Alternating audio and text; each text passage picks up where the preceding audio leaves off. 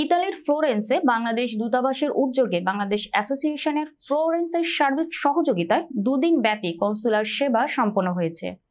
গত 11 ও 12 মে ফ্লোরেন্স সিটির একটি হলরুমে এই সেবা প্রদান করা হয়।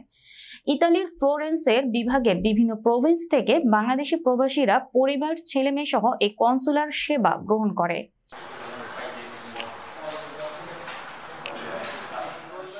এ সময় দূতাবাসের কর্মকর্তাগণ অত্যন্ত দায়িত্বশীলভাবে সেবা প্রদান করেন। দূতাবাস সূত্রে জানা গেছে, দুদিনের সেবা প্রদানের মধ্যে নতুন পাসপোর্ট ও নবায়ন 463টি, বিভিন্ন ধরনের সার্টিফিকেট প্রদান 230টি, ওয়াইস জার্নাল কার্ড 193টি, নোভিসা 114টি এবং 2 শতাধিক প্রবাসীকে ই পাসপোর্ট ও এনআইডি সংক্রান্ত পরামর্শ দেওয়া হয়।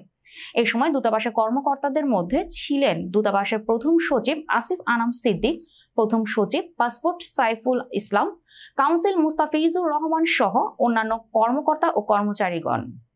এ সময় সাংবাদিকদের সাথে আলাপকালে বলেন, আমরা অত্যন্ত সফলতার সাথে সেবা প্রদান সম্পন্ন করছি। দুদিন ব্যাপী কনসুলার সেবায় ফ্লোরেন্সের বাংলাদেশ অ্যাসোসিয়েশনের স্বেচ্ছাসেবকগণ নিরলসভাবে দায়িত্ব পালন করেন। এ সময় উপস্থিত ছিলেন বাংলাদেশ অ্যাসোসিয়েশন ফ্লোরেন্সের সভাপতি মাকসুদুর রহমান শরীফ মৃধা, সাধারণ সম্পাদক জহিরুল কাইয়ুম, প্রধান উপদেষ্টা শামসুল হক, ফ্লোরেন্স আওয়ামী লীগের সভাপতি হাসান ইমাম, মানিকগঞ্জ সমিতির সভাপতি তোফায়েল আহমেদ সহ অন্যান্য নেতৃবৃন্দ অংশগ্রহণ করেছেন। আমরা সার্বিকভাবে বাংলাদেশ সমিতি ফ্লোরেন্সের পক্ষ থেকে চেষ্টা করেছি সার্ভিসকে সুন্দর এবং সফলমণ্ডিত করার জন্য। আমাদের পক্ষ থেকে আমরা কতটুকু করেছি জনগণই তার বিচার করবে।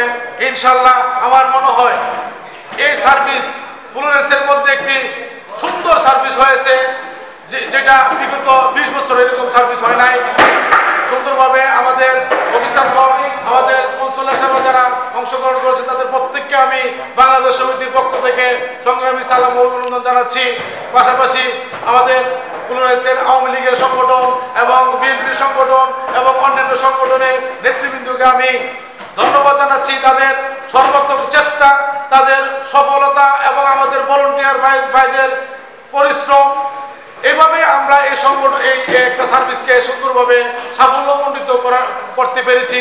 যদি তারা আমাদেরকে সহযোগিতা না করতে আমাদের পক্ষে সম্ভব হতো না। তো ফ্লোরেন্সের এবং আশেপাশে যারা আছেন, বাঙালিরা যারা আছেন, প্রত্যেককে আমি বাংলাদেশ সমিতির পক্ষ থেকে সংগ্রামী সালাম ও শুভেচ্ছা জানাচ্ছি। আসসালামু আলাইকুম ওয়া রাহমাতুল্লাহি ওয়া বারাকাতুহু।